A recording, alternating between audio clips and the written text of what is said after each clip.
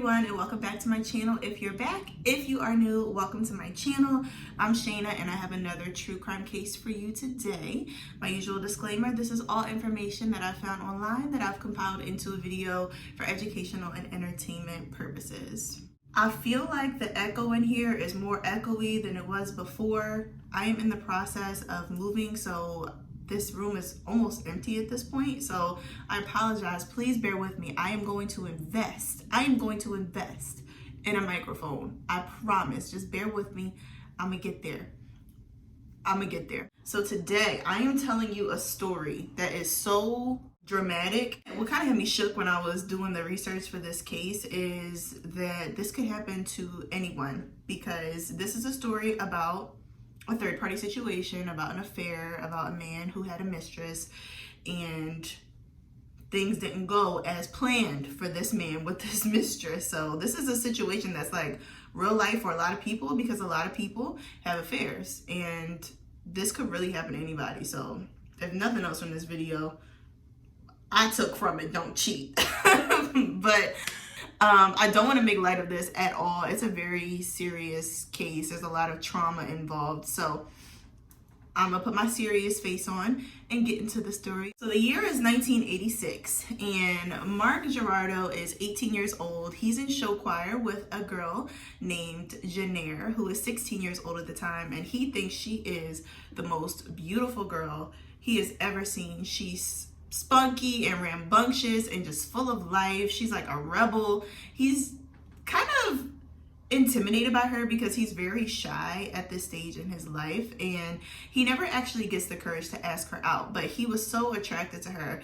At the time, she actually worked at Taco Bell, and he said that she made her Taco Bell uniform look really good. So he just thought she was the most beautiful girl ever. And about 4 years after they met in show choir, they ran across each other again, and Meredith said to Mark, she said, "Are you gonna ask me out or what?" And they wound up dating, and they fell for each other so fast.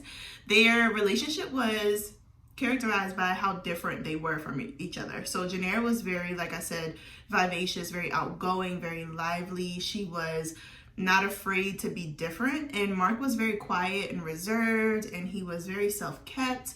So in some ways they complemented each other, but Janeire was the type of person who always had to have the last word. So if we're going to talk about who had the pants in the relationship, who wore the pants in the relationship, or just kind of who set the tone for the relationship, it definitely was Janeire. Janeire would talk to her friends about how in love she was with Mark, and Mark talked to his friends about how in love he was with Janeire. Their love story was really beautiful, and it was really sincere, and just they were so into each other. And it was, when you watch the videos of them together, you really can see how they saw the light in each other's eyes. It's very nice. But in 1993, they did get married. They had a big, beautiful wedding. All their family was there, and it seemed to be the start of a fairy tale romance. They seemed like they were going to grow old and be happy together. Mark said he literally could not envision his life without Janeire. So they were what they thought at the time to be a match made in heaven. In the years after they got married, they had a pretty normal life. They settled in together. They talked about having children, but Mark said they never really made a plan to have children, so it actually never came to fruition. But they did get 2 golden retrievers that were just like their children, and they treated them just like their kids, and their relationship was pretty calm for the most part. But like I said, Janeire was a very strong personality, and they did get into some arguments. They did have some explosive moments between the two of them, and most of their disagreements were about money, and Janeire was not the type of person to back down from an argument. So if they were getting into it, she was going to be the last person to say something before she walked out and slammed the door. That's the kind of person that she was. And but aside from this, their relationship was pretty calm to the outside world, to the family and friends that knew them. They were very happy together, and they had a regular family life with their dogs. So by 2011, they are married for 18 years at this point. They are living in South Carolina, and Janeire actually loses her job. So the both of them work in marketing. Janeire is going through a transition. She loses her job. Mark is kind of successful in his career. And like I said, most of their disagreements were about money. So they decided that it was time for a change after some years went by. And in 2017, Mark found a position at the University of Delaware. He was doing some searching around. The two of them wanted to relocate. So he found the hiring supervisor, if you will, for the University of Delaware. Her name was Meredith. And he sent her an email with his resume and his credentials, and she got back to him really quick. And he was impressed by how articulate she was and how passionate she was about her role. And he says that when he went to interview with her, he was initially worried because of the age difference between them. There was 15 years. He was 15 years her elder. So he was concerned about potentially working for someone who was so much younger than him. But nevertheless, when he met her, said that she was absolutely someone that he would want to work for. The work that she did was admirable. She was well respected, and he was excited for the opportunity. Meredith offered him the job, and at that point, Janeire and Mark decided to plan to relocate to Delaware. Mark says that he remembers a night in August of 2017, a few months before the move, where he and Janeire just sat outside. It was actually a solar eclipse that was happening this night in 2017. I'm trying to remember. I don't remember this night specifically, but he said they sat outside together. He had his arm around her, and this was the last memory that he had of them two together and their version of happy together. So they knew that they were on the horizon of this change, and they were looking forward to a new start. Mark actually uprooted and moved in November of 2017, and Janeire had to stay behind to actually lease the home. So Mark moved to start his new position at the University of Delaware with Meredith and other people on the team. He was in the marketing department again. That was his thing. He was into marketing. So he said that the first few days he had a great impression of the role that he was going to be doing. He was excited to have Meredith as a leader, and he was very impressed by, like I said, her credentials, her resume, how lively she was. She was a great person to be, according to him, led by and to report to as a supervisor. She had a very impressive resume. Like I said, she was running for state senate when she was only 32 years old, and she ran the whole marketing department for the University of Delaware. So she was legit in what she did.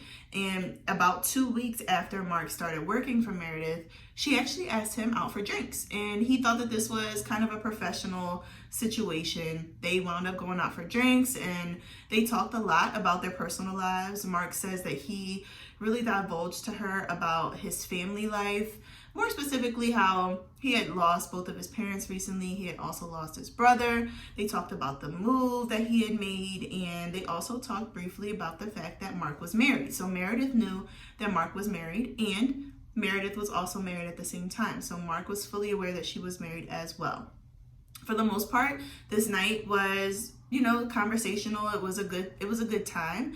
But at the end of the night, they actually did kiss. And Mark said that he didn't really see this coming, but he probably did, because he also says that the chemistry was there between the two of them. They felt like the connection was there. Both of them felt sparks. But he says that after he kissed Meredith, he immediately felt guilty. He thought about how this might impact Janeire and his marriage, and he just was not willing to risk it. So he called it off with Meredith, and he basically said, look, I don't want anything to do with this situation outside of a professional capacity. So as far as he was concerned that night after the kiss, he cut the cord, and he was ready to continue his happy marriage with Janeire and keep it strictly work with Meredith. Now, sometime after this date, if you will, that they went on, he actually had another interview lined up. So he was recently doing a job search, so he still had an interview lined up with a company in Colorado that, even though he had it locked down at the University of Delaware, he still wanted to kind of explore the opportunity in Colorado, see if it was a better fit for him, or see if there was something better about that opportunity than the one that he currently had. So he flew out to Colorado, and while he's in the interview, he realizes that he does not want this role. And it's not because of the job itself. It's not because the company that he's interviewing for isn't reputable. It's strictly because he wants to continue to explore what he has with Meredith. In that moment, he realizes that he is not willing to stop exploring what he has potentially going on with her, both in a professional and a romantic sense. He was enthralled by how she made him feel special. He realized, it just dawned on him in the airport on his way back, that she was the person that he wanted to see if he could have a future with. He loved how she made him feel special. She told him all the time how good of a man he was and how good he was at what he did. And that was something that Janeire never provided for him, according to Mark. And he says that he called her in the airport and he said, "I'm not taking the job. I'm not willing to lose you. I'm coming back." And at that point, that was pretty much the start of the continuous affair that really began between Meredith and Mark. Their relationship quickly turned from infatuation to love. Mark fell in love with Meredith just 1 month after they met, and they told each other that they loved each other.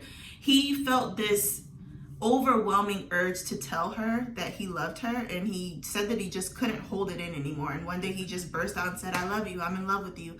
And Meredith said it back. So he was in this full-fledged romance, like this teenage fever kind of romance with Meredith, and it was something that he hadn't felt in 24 years. He was with Janeire for so long, and the last years of their marriage had been good, but he was just wondering, like, is there more to this story? Is there more that I can explore? Or do I want the next 24 years to be like the last 24 years? It was like a shiny new thing, right? He had this stable, happy, but kind of mundane relationship with Janeire, and there was a shiny new toy, Meredith. She was new, she was spunky, she was younger, she was lively, she was just fresh.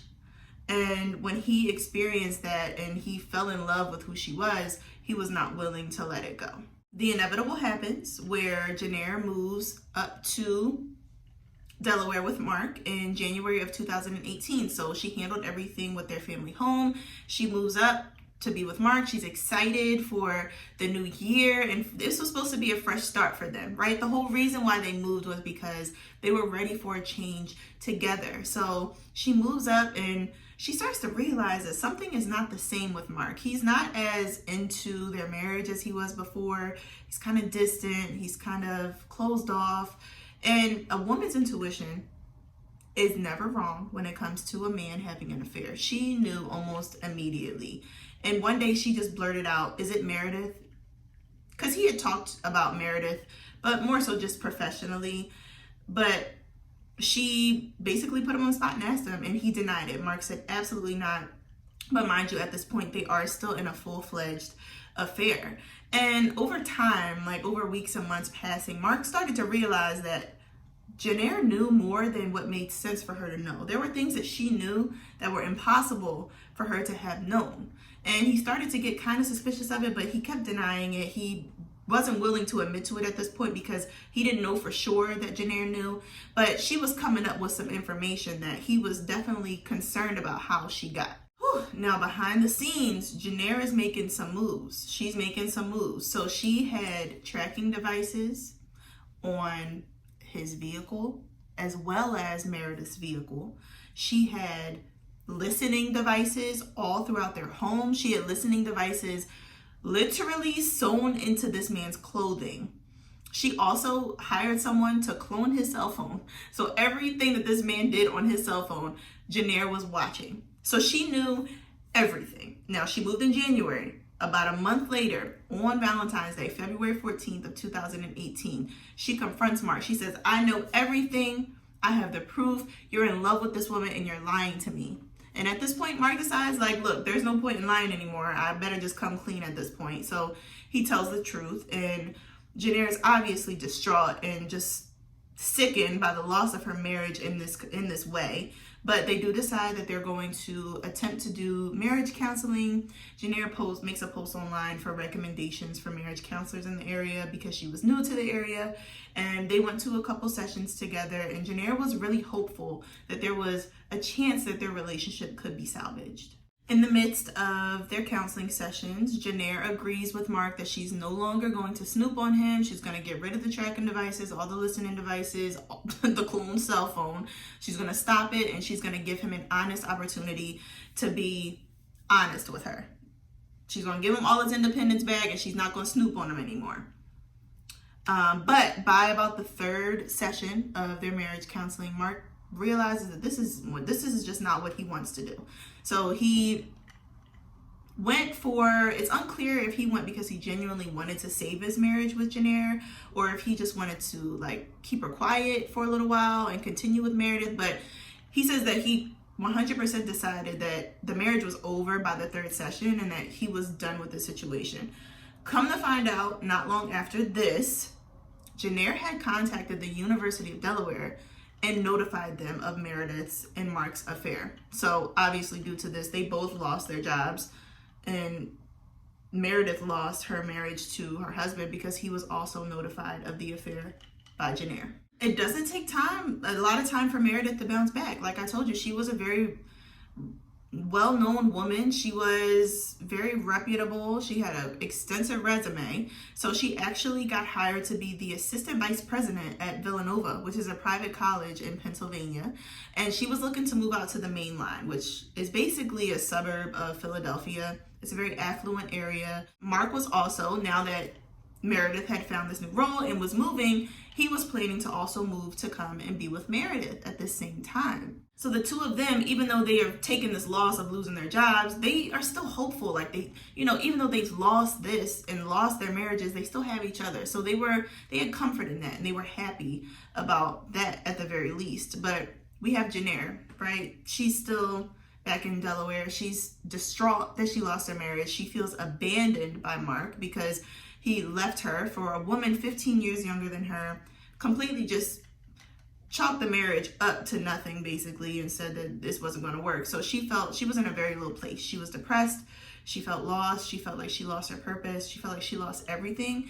And there's recordings of her literally saying that she wasn't ready to accept that her marriage was over. Like, in her mind, there was still a chance, even though Mark had made it very clear that there was not a chance. I also can't imagine how it must feel to uproot your life, to be with your husband, move to another state, and then to be abandoned by him. There's a net in here. Oh my goodness. Sorry. But like, can you imagine uprooting your entire life, your entire livelihood to go and be with your partner, and then like 4 months later, they tell you they want a divorce after you've moved?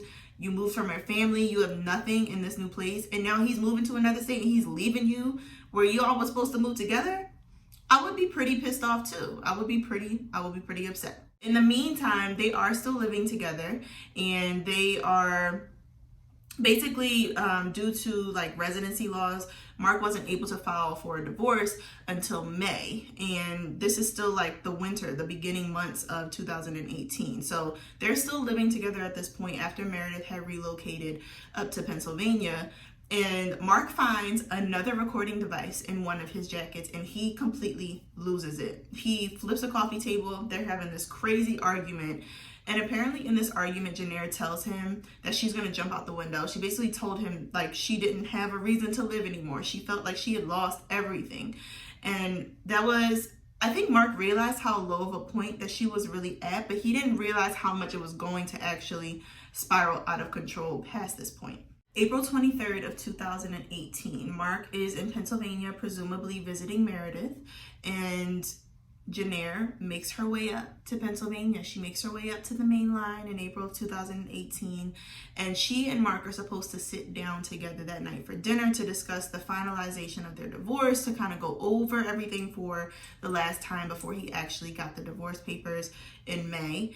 And he's at the restaurant, he's waiting for her, and he gets a text message basically saying, "I can't come anymore." And she sends him a picture, which is very clearly Meredith's trash, and there's a condom in the photo. And she also says to him that, "I hope you never find happiness." And she says, "Goodbye, Mark." So obviously Mark gets this text message and he's confused. He's like, he doesn't know what's going on, but he starts to scramble and make his way over to Meredith's house shortly thereafter. Now, unbeknownst to him, Janeire was already inside the home. She broke into Meredith's house and cleaned up the glass so that Meredith wouldn't be suspicious of anything when she got home. But when she did get home around 7 o'clock, Janeire shot her, killed her. Meredith still had her car keys in her hand. She literally attacked her as soon as she got in the house. And then Janeire then turned the gun on herself and committed suicide after this. Mark, by the time he gets to Meredith's house, he walks around the back and he sees through the kitchen that Meredith is laying on the floor. And when he gets inside the house, he realizes that she has blood on her, and I'm assuming he sees Janeire at this same point, and he runs outside. He's absolutely hysterical. The neighbors don't know what's going on, so they call the police on Mark because of how crazy he's acting. He's like outside screaming, being aggressive with everybody. Like, I'm assuming he lost his mind in that moment. I can't imagine what I would do if I found my mistress and my wife dead. So rightfully so, he lost his mind in that moment. And initially, the police actually were considering him to be the suspect in the crime, but they soon realized that Janeire was the one who killed Meredith and who killed herself, and that Mark was not involved in the actual murder.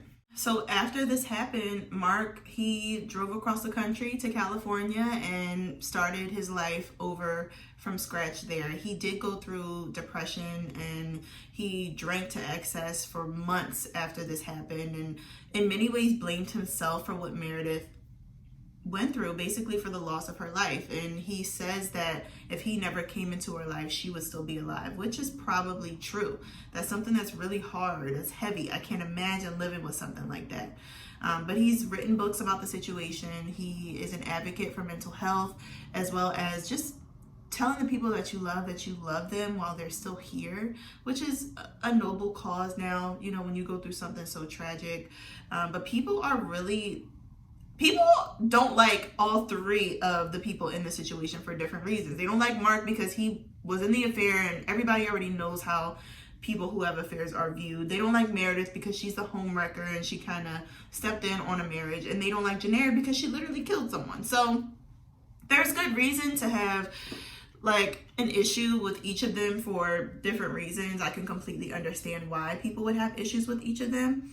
But Mark has said that he's at a place where he has forgiven Janeire for what she's done to him, but he is not willing to forgive Janeire for what she did to Meredith. So I suppose that's understandable. It just goes to show how like betrayal and